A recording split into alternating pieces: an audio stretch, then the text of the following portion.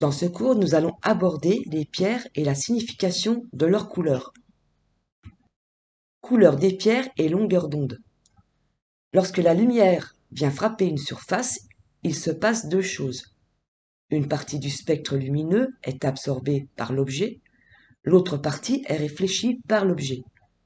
C'est cette seconde partie que nous voyons et qui donne naissance à la couleur.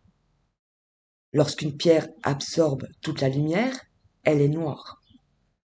Lorsqu'elle la réfléchit complètement, elle est blanche.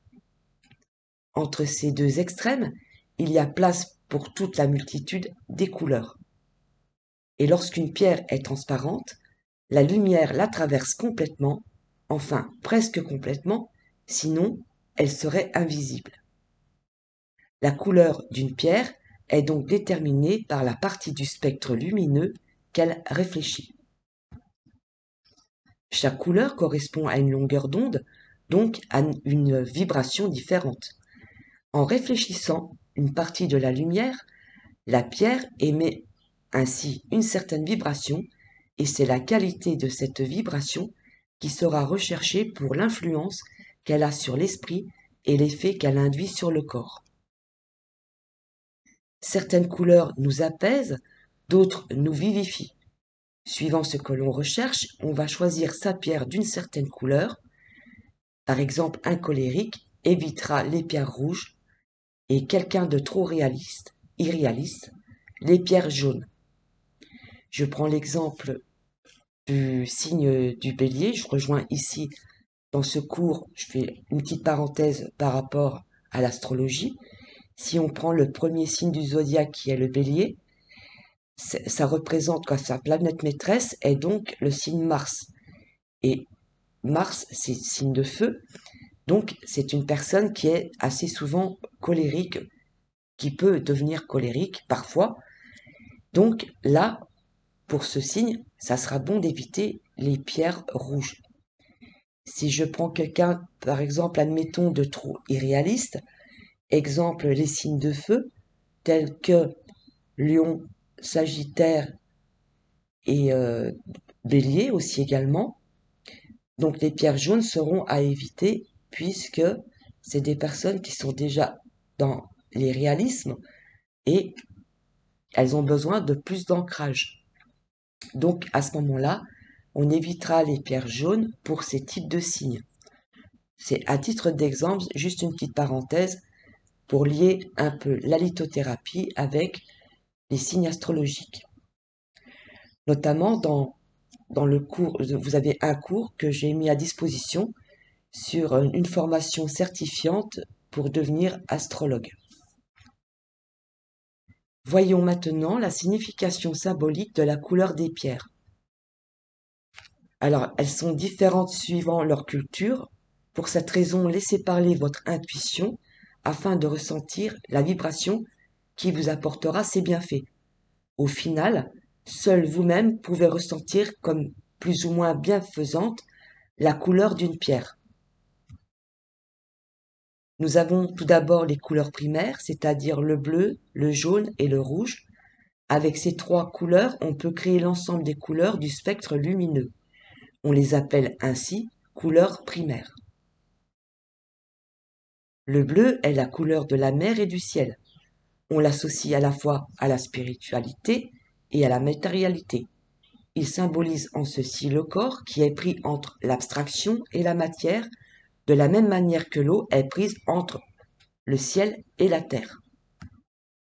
Le rouge est la couleur du sang et du feu, c'est la couleur du dynamisme, de l'énergie, du courage et de la force. Elle n'incite pas à la réflexion, mais plutôt un passage à l'action.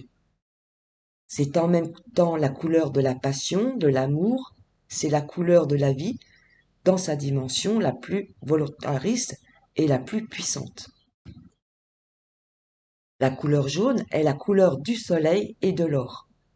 C'est tout à la fois la couleur de l'intellect, de l'esprit, de l'intelligence et celle du bonheur, et de la félicité.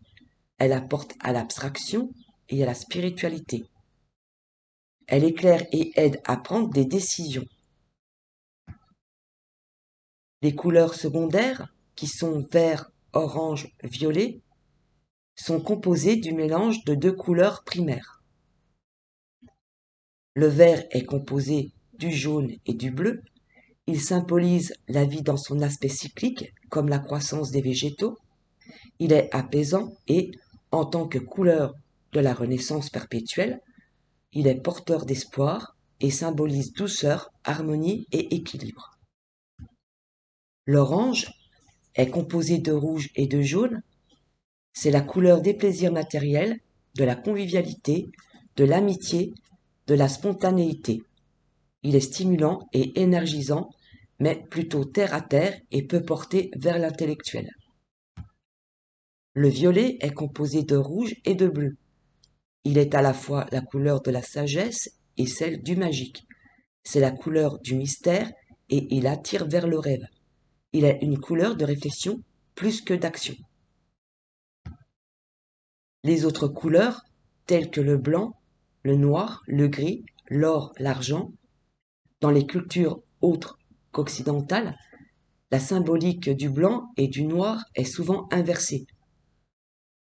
Le symbole donc du yin et du yang est peut-être le plus approprié pour nous faire comprendre que ces deux valeurs, tout en étant à l'opposé du spectre lumineux, se complètent néanmoins parfaitement et représentent un équilibre. Le blanc est la lumière dans tout son spectre, la lumière non altérée. Il est la synthèse de toutes les autres couleurs et représente la pureté, la connaissance, le savoir, la spiritualité. Le cristal de roche, translucide, est considéré comme une pierre blanche. Le noir est la couleur qui absorbe toute la lumière. Elle est à la fois protectrice, rassurante et symbole de ténèbres, de mort. Elle retient toute la lumière en elle, elle est profonde, épaisse, dense. Elle est la couleur du sérieux, du solennel. Le gris est la couleur de la nuance, du compromis, de l'équilibre entre le noir et le blanc. Il est pragmatique et renforce les effets des couleurs, qui comparées à lui apparaissent d'autant plus vives.